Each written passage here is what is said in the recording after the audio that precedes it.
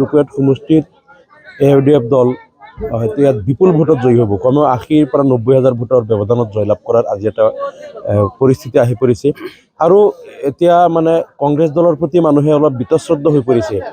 কংগ্ৰেছ দলে বিগত দিনত আমাৰ মাইনৰিটি মানুহৰ প্ৰতি যিমান অন্যায় কৰিছে, এই যে যিসকল মানুহ চৰকাৰী ভূমিত বা চৰ চাপৰিত যিসকল ভূমিহীন লোক, গৰাখহনীয়া আক্ৰান্ত লোক ইয়াত ৫০, ৬০, ৭০, ৮০ বছৰ ধৰি বসবাস কৰি আছে, সেই লোকসকলক কংগ্ৰেছ দলে বাৰে বাৰে তেওঁলোকক প্ৰতাৰণা কৰিছে, তেওঁলোকৰ পৰা ভোট লৈছে, মাটিৰ পট্টা দিম বুলি প্ৰতিশ্ৰুতি দি পেলাই কিন্তু কোনোদিন দিয়া নাই। যাৰ কাৰণে আজি বিজেপি দলে এই সকলো মানুহবিলাক উচ্ছেদ কৰি তেওঁলোকক আজি এটা মানে সৰ্বনাশ এটা পৰিস্থিতিলৈ তেওঁলোকক ঠেলি দিছে। আৰু দেখা গৈছে যে বৰ্তমান যিমান বাংলাদেশী লোকক বাংলাদেশী বুলি হিমন্ত বিশ্ব শৰ্মা চৰকাৰে ৰাতিৰ অন্ধকাৰত বৰ্ডাৰ পাৰ কৰি আছে, আমি দেখিছোঁ প্ৰত্যেকজন লোকক কংগ্ৰেছৰ দিনত তেওঁলোকক বিদেশী সজোৱা হৈছিল। বাংলাদেশী তৰুণ গগৈ চৰকাৰৰ দিনত এই লোকসকলক বাংলাদেশী সজাইছিল আৰু আজি বিজেপিয়ে তেওঁলোকক ডিপৰ্ট কৰি আছে। ঠিক সেইদৰে যিমান সমস্যা আজি অসমৰ সংখ্যালঘু মানুহৰ মূৰৰ ওপৰত আছে, সকলো সমস্যাবিলাক কংগ্ৰেছৰ দিনত জাপি দি থৈ গৈছে আৰু বিজেপি দলে সেইবিলাক লৈয়ে এতিয়া খেলি আছে। আৰু মাইনৰিটি মানুহক নিৰ্যাতন কৰি, সংখ্যালঘু মানুহক নিৰ্যাতন কৰি বিজেপিয়ে উজনি অসমত তেওঁলোকে হিন্দু ভোটখিনি একত্ৰিত কৰিব বিচাৰিছে। আৰু এই কথাবিলাকৰ কাৰণে আজি কংগ্ৰেছ দলৰ প্ৰতি মানুহ বীতশ্ৰদ্ধ হৈ পৰিছে। আৰু অসমত মুছলমান মানুহৰ ওপৰত বা সংখ্যালঘু মানুহৰ ওপৰত যেতিয়াই বিপদ আহে, দেখা গৈছে যে AUDF দলেই সৰব হয় অসম বিধানসভাৰ মজিয়াত হওক, বাহিৰত হওক বা বিপদগ্ৰস্ত মানুহৰ কাষত সদায় AUDF দলেই যায়। কংগ্ৰেছ দলে ইয়াত ডুৱেল পলিটিক্স এটা কৰে, যাৰ কাৰণে মানুহে স্বতঃস্ফূৰ্তভাৱে আমাক সমৰ্থন কৰিব আগবাঢ়ি আছে। আৰু তাতোকৈ ডাঙৰ কথাটো হ'ল যে এই দুৰ্দশাগ্ৰস্ত মানুহৰ স্বাৰ্থত কথা কোৱাৰ কাৰণে AUDF দলৰ মঞ্চৰ পৰা কথা কোৱাত কোনো বাধা নাই। আমাৰ AUDF দলৰ বিধায়ক বা নেতাসকলে সদায় এই লাঞ্ছিত, বঞ্চিত আৰু উচ্ছেদিত আৰু নিৰ্যাতিত, নিপীড়িত মানুহৰ পক্ষত কথা কৈ আছোঁ। আৰু কংগ্ৰেছ দলৰ পৰা তেওঁলোকৰ নেতাক সুধিলে কয় যে আমাৰ দলৰ পৰা পাৰ্মিশ্যন নাই, কথা ক'ব নোৱাৰোঁ। এই কথাবিলাকে এতিয়া মানুহৰ অন্তৰত কিছু প্ৰভাৱ বিস্তাৰ কৰিছে। আৰু শেহতীয়া উদাহৰণটো হ'ল ৰেজাউল কৰিম চৰকাৰ, আমচুৰ সদ্য পদত্যাগী সভাপতি ৰেজাউল কৰিম চৰকাৰে পৰহি কংগ্ৰেছত যোগদান কৰিলে। আৰু তেওঁ যিটো কথা কৈছিল, এই কথাটো সাংঘাতিক কিবা ভুল কথা কোৱা নাছিল। তেওঁ কৈছিল যে শিৱসাগৰ যেনেকুৱা উন্নত, ধুবুৰীও তেনেকুৱা উন্নত হ'ব লাগে, বা যোৰহাট, বৰপেটা একে লেভেলৰ উন্নত হ'ব লাগে। অৰ্থাৎ অসমত কোনো অঞ্চলগত বৈষম্য থাকিব নালাগে, সকলো এলেকাৰ সমান উন্নতি হ'ব লাগে, সকলো এলেকাৰ জনসাধাৰণ সমানভাৱে শিক্ষিত আৰু সুবিধাপ্ৰাপ্ত হ'ব লাগে। তেওঁ এনেকুৱা এটা উদ্দেশ্যত কথাটো কৈছিল, আমি যি গম পাইছোঁ।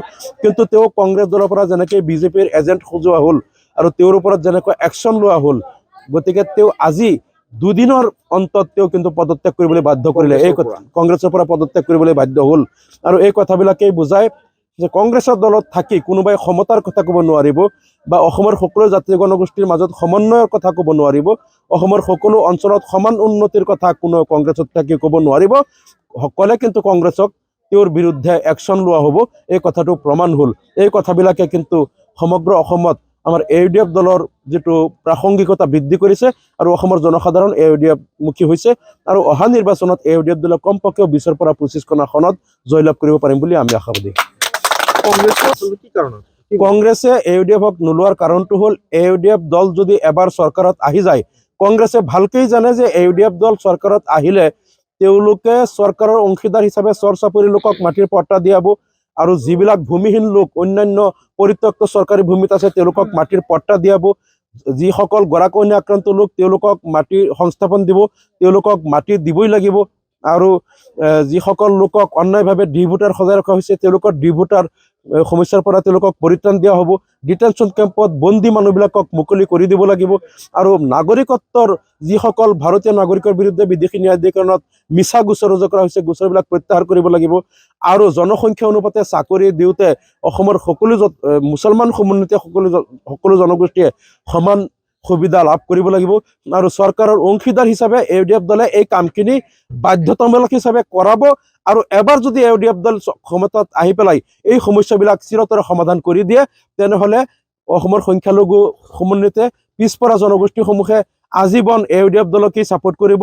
আৰু কংগ্ৰেছ দলে যে এই মানুহবিলাকক বিপদত ৰাখি মুছলমান মানুহৰ নাগৰিকত্বক সমস্যাৰ মাজত ঠেলি দি তেওঁলোকক ডি-ভোটাৰ সজাই তেওঁলোকক NRC নামত হাৰাশাস্তি কৰি যে তেওঁ ভয়ৰ ৰাজনীতি কৰে, তেওঁলোকক শংকাত ৰাখি তেওঁলোকক ভয় দেখুৱাই ৰাজনীতি কৰা, এই ৰাজনীতি চিৰকালৰ কাৰণে উকলি যাব। গতিকে তেওঁলোকে AUDF দলক ক্ষমতাত নলয়, তেওঁলোকে AUDF ৰ লগত মিত্ৰতা নকৰে। বহুত হ'ব মানে কংগ্ৰেছ দলৰ এতিয়া যিটো আমি লক্ষণ দেখা পাইছো, কংগ্ৰেছ দলে দশকৰ ঘৰ স্পৰ্শ কৰাৰ কোনো সম্ভাৱনা নাই। কাৰণ 10খন আসন পোৱাৰ সম্ভাৱনা নাই। কাৰণ ইয়াত দেখা গৈছে যে উজনি অসমত বা যিখিনি হিন্দু বা ট্ৰাইবেল অধ্যুষিত সমষ্টি আছে, সেইবিলাকত কংগ্ৰেছৰ কোনো কুচকাৱাজ নাই। সকলো চিটবিলাক তেওঁলোকে বিজেপিৰ কাৰণে ফ্ৰী হেণ্ড এৰি দিছে। একমাত্ৰ 22-23টা সমষ্টিত মুছলমান মেজৰিটি, কংগ্ৰেছ কেৱল এই সমষ্টিবিলাকতেই তেওঁলোকে সকলো প্ৰচাৰ আৰু তেওঁলোকৰ এক্টিভিটিখিনি কৰি আছে। আৰু বাকী যে 104টা সমষ্টি য'ত মুছলমান সংখ্যাগৰিষ্ঠ নহয়, এইবিলাকত কংগ্ৰেছে তেওঁলোকৰ এক্টিভিটি জিৰো, মানে বিজেপিক এৰিয়ে দিছে। গতিকে তাৰ পৰা যদি দুই এটা পালে পাবও পাৰে, নহ'লে এই মুছলমান এলেকাবিলাকত এতিয়া মুছলমান ৰাইজেও বুজি পালে যে কংগ্ৰেছে কেৱল মুছলমান এই 22টা সমষ্টিত লৈ আৰু জিকিব নোৱাৰে। গতিকে তেওঁলোক যদি বিৰোধীতে থাকিব লাগে, তেনেহ'লে কমপক্ষে আমি AUDFক ভোট দিম, AUDFে কমপক্ষেও আমাৰ বিৰোধী হৈ পেলাই শক্তিশালীভাৱে প্ৰতিবাদ কৰিব পাৰিব। কংগ্ৰেছতে আকৌ প্ৰতিবাদ কৰিবলৈও পাৰ্মিশ্যন লাগে দলৰ, তেওঁলোকে সেইটোও নোৱাৰিব। এইফালৰ পৰা চাব গ'লে কংগ্ৰেছে এতিয়া 10খন আসন যে পাব তাৰো সম্ভাৱনা আমি দেখা নাই। AUDF দলে কমপক্ষে 20-25খন আসন পাব। AUDF দলে এনেকুৱা যদি আমাৰ হয়তো কপাল ভাল থাকে, এইবাৰ হয়তো AUDFক নোহোৱাকৈ কোনেও চৰকাৰ কৰিব নোৱাৰে, বা AUDF হয়তো কিংমেকাৰ হৈ যাব পাৰে। এনেকুৱা এটা পৰিস্থিতিও অহাৰ সম্ভাৱনা। বিৰোধী পক্ষত হ'লেও, যদি বিৰোধী পক্ষত আমি থাকিলেও যদি আমি 21ৰ ওপৰত আমি আসন পাওঁ, তেনেহ'লে আমাৰ যিজন দলপতি হ'ব তেওঁ বিৰোধী দলৰ দলপতি হিচাপে স্বীকৃতি পাব। আৰু বিৰোধী দলৰ দলপতি অফিচিয়েল স্বীকৃতি পালে এজন কেবিনেট মন্ত্ৰীৰ সমান তেওঁৰ পাৱাৰ থাকে। গতিকে কমপক্ষেও আমি বিৰোধী দলত থাকিলেও এইবাৰ AUDFৰ দলপতিজন কেবিনেট ৰেংক পাব এইবাৰ। আৰু যদি আমি কেনেবাকৈ চৰকাৰত অংশীদাৰ হোৱাৰ সুবিধা পাওঁ, তেনেহ'লে আমি অন্ততঃ লাঞ্ছিত বঞ্চিত মানুহৰ 70 বছৰৰ এই সমস্যাবিলাক 5 বছৰত সমাধান কৰিম বুলি আমি প্ৰতিজ্ঞাবদ্ধ আৰু প্ৰতিশ্ৰুতিবদ্ধ। যিখিনি জুৰীয়া মৌজাত আগৰ পৰাই AUDFৰ ভোট বেছি থাকে, তাৰ লগত হাতীপাৰা, ফাকুলি বা যিখিনি আগৰ পৰাই AUDFৰ ভোট বেছি থাকে, এই জিপিবিলাক কিন্তু ৰূপহীত থাকি গ'ল। কংগ্ৰেছৰ ভোট য'ত বেছি থাকে এইখিনি চামগুৰিত গ'ল। এইটো প্ৰথম এডভান্টেজ। আলিটাংগনি মৌজাৰ পৰা যিকেইটা পঞ্চায়ত আহিছে, যি আলিটাংগনি মৌজাত সদায় আমি 80-90% ভোট পাওঁ, সেই পঞ্চায়তবিলাক ইয়াত আহিছে, সেইটো AUDFৰ এডভান্টেজ। তাৰ পিছতো যিটো ৰূপহীত সমষ্টিত আমি দেখা পাইছোঁ যে কংগ্ৰেছৰ বিগত 10 বছৰৰ মানে যিটো তেওঁলোকৰ কাৰ্যকালত মানুহ মুঠেই সুখী নহয়। সকলো এলেকাৰ মানুহে কৈ আছে, কিছুমানে কৈ আছে আমি চালানী বিদায় কৰিম, কিছুমানে কৈ আছে আমি বিগত 10 বছৰত আমি ভাল প্ৰাৰ্থী পোৱা নাছিলোঁ, যাৰ কাৰণে এতিয়া মানুহ যথেষ্ট সুখী। আৰু মই অহাৰ পিছত দেখিছোঁ মানুহ যথেষ্ট উৎফুল্লিত হৈছে। গতিকে ৰূপহীত সমষ্টিত 80-90ৰ পৰা 1 লাখ ভোটৰ ব্যৱধানত এইবাৰ ফলাফল হ'ব। এই কথাটো মানে একপক্ষীয় হ'ব। ৰূপহীত সমষ্টিত যিটো খেল এইবাৰ হ'ব, খেল হ'ব, কিন্তু একপক্ষীয় হ'ব। কিছুমান আনকি মই এতিয়া যিটো পঞ্চায়তত এতিয়া মিটিং কৰি আছোঁ, ফাকুলি পঞ্চায়তৰ বহুত মানুহে মোক কৈ আছে যে ফাকুলি পঞ্চায়তত 90-10 হ'ব। কৈছে আপুনি 90% ভোট পাব, আৰু ইয়াৰ বিধায়কৰ নিজৰ তেওঁৰ গাঁও পঞ্চায়ত বিধায়কে ইয়াত এইটো আচলতে তেওঁৰ জন্মস্থান নহয়, তেওঁ ইয়াত পামঘৰ বনাইছে। কেৱল ৰূপহীত বিধায়ক হোৱাৰ কাৰণে এটা পামঘৰহে বনাইছে। তেওঁ আচলতে কনুৱামাৰীৰ মানুহ, চামগুৰিৰ। কিন্তু এই ফাকুলি পঞ্চায়তৰ বহুত মানুহে কৈ আছে যে আমাৰ পঞ্চায়তত আপুনি 90% পাব, আৰু ইয়াৰ যিজন বিধায়ক তেওঁ 10%ৰ ওপৰতকৈ নাপায়। ইয়াতেই এইটো চিত্ৰ হৈ আছে। বাকীটো সমষ্টিৰ অন্যান্য পঞ্চায়তবিলাকত আছেই। গতিকে খেলটো একপক্ষীয় হ'ব। কংগ্ৰেছ কোনো পধ্যে আমাৰ ওচৰত চাপিবও নোৱাৰে।